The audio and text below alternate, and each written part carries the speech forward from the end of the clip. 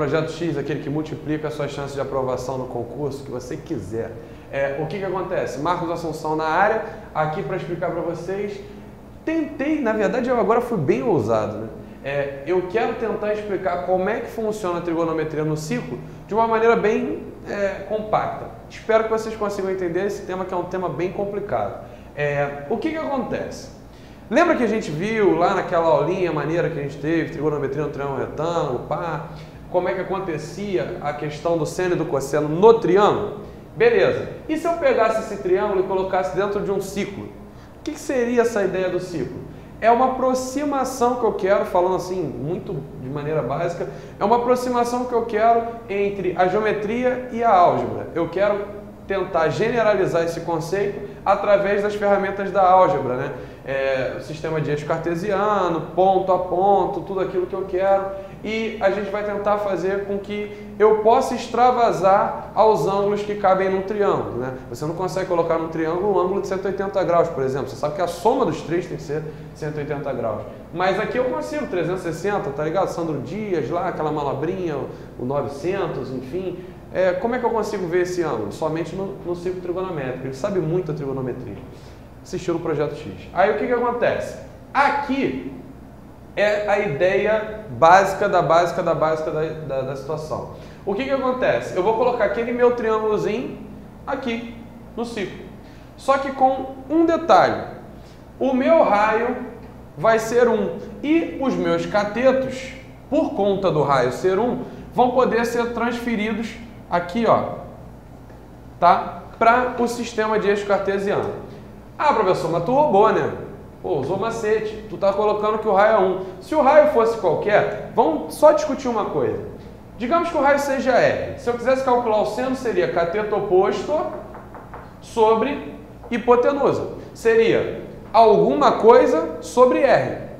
Concorda comigo que alguma coisa sobre R é menos legal do que alguma coisa sobre 1? Porque alguma coisa sobre 1 dá essa alguma coisa. E a ideia dos caras foi justamente essa, né? Sendo o raio igual a 1, isso aqui se torna o valor do seno. Não funciona se o raio não for 1? Funciona, só que não assim linkado como a gente queria. Então, a base é a seguinte: eu vou pegar isso sobre 1, que aí já vai ser o próprio valor que eu tenho aqui. Isso sobre 1 já é o próprio valor que eu tenho aqui. E aí eu consigo observar que a projeção... O que é projeção? A sombra. Se eu colocasse, eu brinco sempre com meus alunos, se eu colocasse uma lanterna aqui, tivesse um pedaço de madeira aqui, a sombra que ia fazer não era essa? A sombra deste raio aqui, dessa circunferência, não estou nem falando do círculo ainda, dessa circunferência no eixo vertical, seria exatamente o valor do seno. Ah, mudei minha lanterna. Se eu colocar aqui, a sombra deste cara aqui é o meu próprio cosseno. Tudo isso graças ao raio sendo 1. Depois você pode até ver o que aconteceria se o raio fosse 2 e tudo mais, mas foge aquilo que a gente precisa, principalmente em termos de praticidade. Então, agora, começando aqui desse ponto que a gente vai chamar de marco zero, tá? É o 0 grau. A partir daí, e no sentido anti-horário, tá? No sentido anti-horário, ou contrário, só para sacanear, a matemática sempre tentando prejudicar a gente. Na verdade, não. Depois você vai entender melhor o que acontece quando você se aperfeiçoar na trigonometria. O que acontece aqui? No sentido anti-horário, eu vou girar criando ângulos positivos. Olha a vantagem, totalmente grátis você ganha aqui, ó. A parte negativa também. Sim, agora você pode calcular o seno de menos 30, menos 40. Para quê? Depois a gente fala. Mas vamos lá. Positivo, anti-horário. Negativo vai ser no sentido horário, tá? Então, se eu quiser, por exemplo, um ângulo de 45 graus, ele vai parar mais aqui para o meio. Um ângulo de 50 graus, aqui mais ou menos. 69, mais para cima, e você coloca. Eu quero menos 15. Menos 15, tu vem para cá e agora você consegue fazer isso funcionando como se fosse uma bússola. Galera, entender isso aqui é crucial para entender toda a trigonometria. Estamos diante da bússola da trigonometria mesmo, tá? Isso aqui é o que vai orientar a gente para todo o nosso estudo posterior. Então, resumindo, eu tenho aqui na posição angular alfa que eu quiser e de acordo com este ângulo alfa eu calculo o seno e o cosseno. Beleza? Então vamos lá. O que acontece aqui? Acompanha aqui. Eu posso parar em qualquer lugar, tá? Em qualquer uma das posições que eu queira e eu estou pensando tanto no sentido positivo quanto no sentido negativo. Vamos no positivo, que é o mais comum, né? Por enquanto é novidade para muitos de vocês que eu posso calcular o seno de um cara negativo. Mas vamos pensar no positivo no primeiro momento. O que acontece? Positivo, como eu falei, sentido anti-horário. Se o cara parar por aqui, tá tranquilo, ele cabia num triângulo. Concorda comigo que se aqui é o zero e a gente está falando de um sistema de eixo cartesiano que é totalmente perpendicular, aqui é o zero, quando chegar aqui já é o 90. Entre 0 e 90 caber num triângulo é moleza. 0, 90, 180, né? Ângulozinho reto aqui normal, ângulozinho reto normal aqui do sistema que eu estou pegando emprestado da minha amiga álgebra. O que acontece? 180 seria aqui. O 180 já não cabe, né? Mas ainda tem uma galera aqui que cabe tranquilo no triângulo, aqueles famosos 120, 135, que estão sempre aparecendo naquelas questões de triângulo qualquer. Então, eu resolvi destacar aqui 4 paradas genéricas que esse cara pode ter. O que acontece? No primeiro quadrante, geralmente a gente recorre àquela tabelinha maneira do 30, 45, 60, ou a informações de uma tabela completa da trigonometria. Mas os caras que estão aqui, a gente consegue dispensar uma tabela nova se a gente souber transpor para o primeiro quadrante. Essa que é a sacada, essa que é a dificuldade da nossa aula de hoje. Como é que vai funcionar? Lembra que eu falei com vocês ainda agora ali? O que acontece? Esse cara aqui é o raio, 1, né? Aqui, a projeção dele nesse eixo vai ser do seno, a projeção dele nesse eixo vai ser o cosseno. Coloquei aqui bem fraquinho, um eixo auxiliar que é o da tangente, mas eu particularmente acho que com seno e com cosseno você consegue se virar bem, porque daqui a pouco a gente vai ver uma relação entre os dois para obter a tangente. Aí vamos lá, o que vai acontecer aqui? Eu vou ter que comparar essas projeções visando alcançar a relação entre esses outros 3 pontos aqui e o do primeiro quadrante. Só um detalhezinho que me ajudou muito no início do meu estudo na trigonometria. Eu confundia muito seno é onde, cosseno é onde. Sem sono, em pé, com sono, trocadilho horrível, deitado, tá? Mas ajuda. Seno, em pé, cosseno deitado. Sem sono, em pé, com sono deitado, geralmente, né? Então, o que acontece? Vamos trabalhar agora aqui, ó. Segundo quadrante. Tá? Segundo quadrante. O cara parou aqui. Primeira dúvida normal do aluno. Π menos alfa, por que tu mandou isso, Marcos? Pô, tu falou grego pra mim. Π menos alfa não faz o menor sentido pra mim.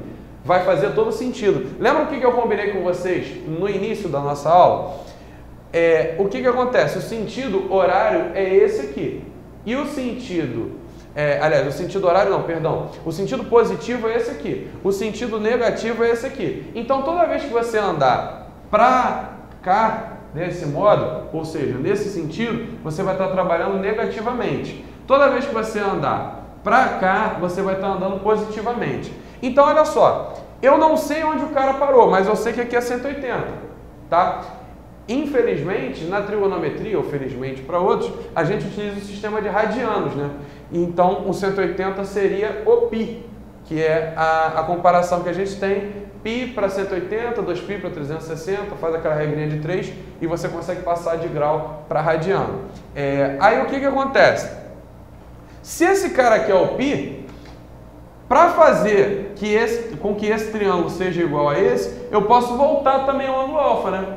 Ó, pensa na geometria plana. Esse triângulo aqui, para ser igual a esse aqui, poderia muito bem ter esses ângulos iguais, né?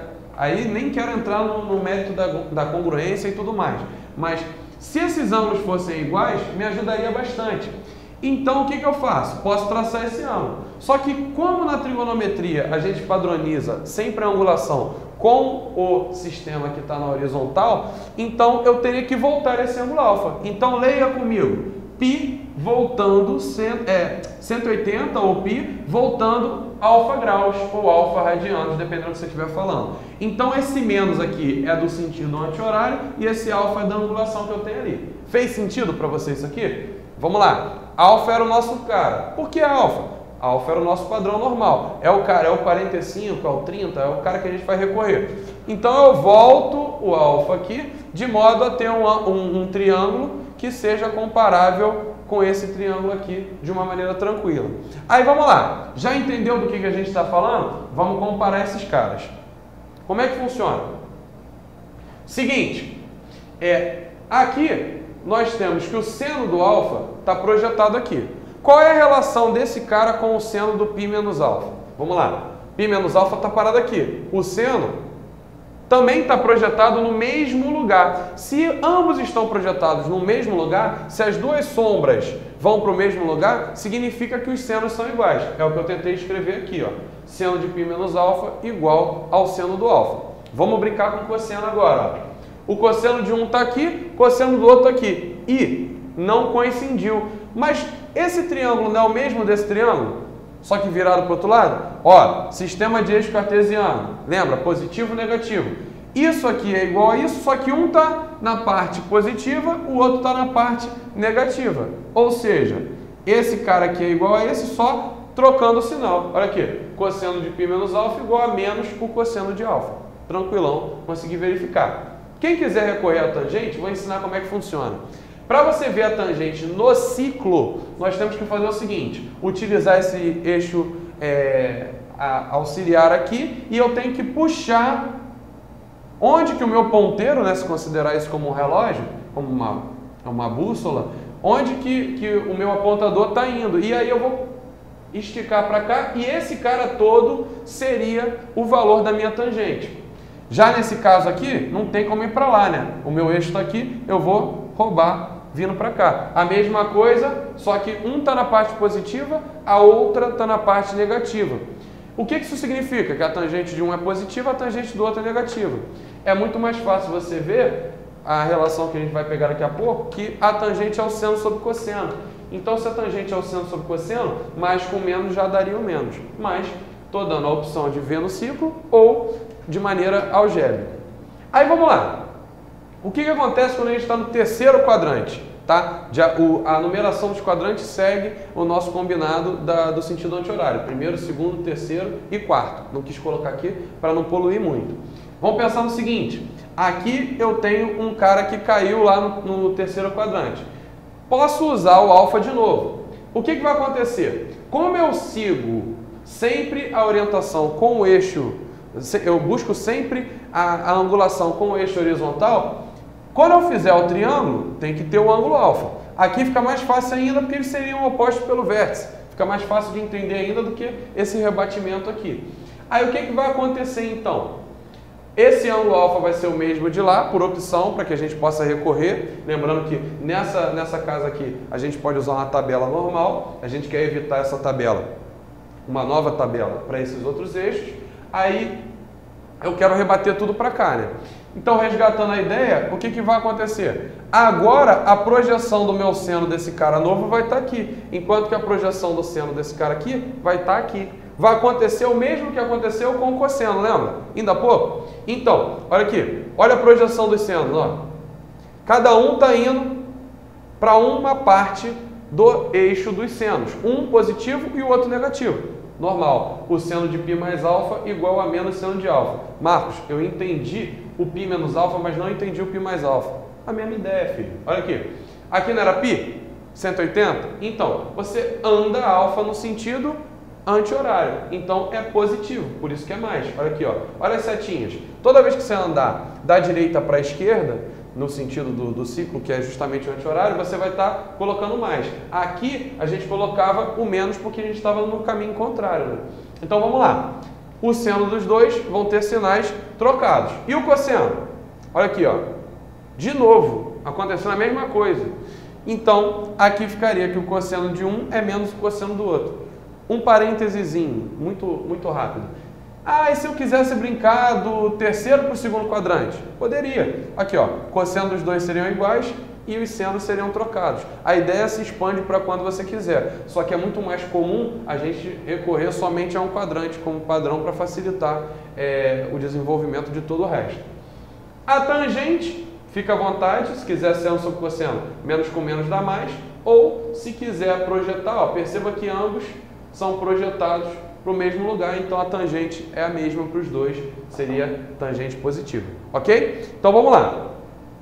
E se eu quisesse trabalhar do quarto para o primeiro? Moleza, se você já entendeu como é que funciona do segundo e do terceiro, você consegue fazer isso tranquilamente do quarto para o primeiro. Olha só, o seno de um está vindo para cá, enquanto que o seno do outro está vindo para cá para baixo. Ó. Então eles estão sendo projetados em partes opostas. O seno do alfa está aqui e o seno agora do 2π menos alfa, porque 2π é o cara que eu vou recorrer, né? Voltando o alfa, se prenda sempre essas setinhas aqui, tá? Lembra que sempre do lance do sentido horário, sentido anti-horário. O 2π agora é muito mais próximo do que o π, tá? Então, do 2π eu volto o alfa. O que acontece? O seno dele está vindo, cada um numa parte, então o seno de um é menos o seno do outro. O cosseno dos dois caiu certinho, um em cima do outro. E aí a tangente, cada um está indo para uma parte, uma é positiva e a outra é negativa. Então, com o sinal trocado, tá? É assim que você consegue o seno de 120, 135, 210, 300, 330 e toda aquela família que vocês encontram aí com facilidade, tá? Então, para a gente fechar a ideia, o que é importante você saber? Só volta comigo num detalhe. Saber o que é o que, tá? Quem é o seno, quem é o cosseno, como é que eu visualizo isso tudo. Sabendo fazer essa relação, verificando isso, tem algumas conclusões que a gente pode tirar que são importantes. São todas essas relações que a gente falou e eu ainda puxei aqui para ficar registrado aquilo que eu falei e que eu até usei numa das nossas aulas anteriores de trigonometria, que é o fato da tangente ser igual ao seno sobre o cosseno. Mas de onde vem isso? Se quiser, pega aquela aula lá de trigonometria no triângulo retão e faz. O seno era B sobre A, o cosseno é C sobre A. Faz B sobre A, C sobre A, vai dar B sobre C, que está lá bonitinho naquele quadro, dizendo que é a tangente. Então a gente consegue verificar isso. E um outro detalhe que não pode passar batido. Se o teu raio é 1, o que acontece aqui nesse círculo? Poxa, se isso aqui vale 1 e eu tenho parte positiva, parte negativa, não tem como o seno dar 1, alguma coisa, sendo ele um seno puro desse tipo. Não tem, o raio fica preso a ser 1. Se a gente padronizou que vai ser assim, o máximo do meu seno é 1. E o mínimo? A mesma coisa no sentido negativo. Isso aqui vale 1 ou menos 1, Marcos? Na geometria plana, quando eu traço isso aqui, quando eu desenho esse círculo, essa circunferência e tudo mais, o raio é 1. Mas eu estou usando uma régua. Uma régua onde aqui é positivo e aqui é negativo. Então, quando eu traçar lá para o 1, vai bater justamente no menos 1. Então, tanto o seno vertical, estava usando o exemplo do cosseno, variam sempre entre menos 1 e 1. Cosseno e o seno. Então, essa relação é importantíssima porque tem caído no Enem questão onde a expressão de não sei o que, de não sei o que lá, tem alguma coisa sobre um seno, aconteceu já. Aí você tem que pensar, mas para ser máximo, o seno tem que ser máximo ou mínimo? E aí você vai estar sempre trabalhando nesse intervalo aqui. É uma aula complicada, aconselho que reveja, vá estudando cada vez mais e faça bastante exercício para fixar isso, mas é de suma importância para conseguir generalizar todos os conceitos aplicados tanto no triângulo retângulo quanto nos triângulos quaisquer, tá? Espero ter ajudado e que você consiga o seu objetivo.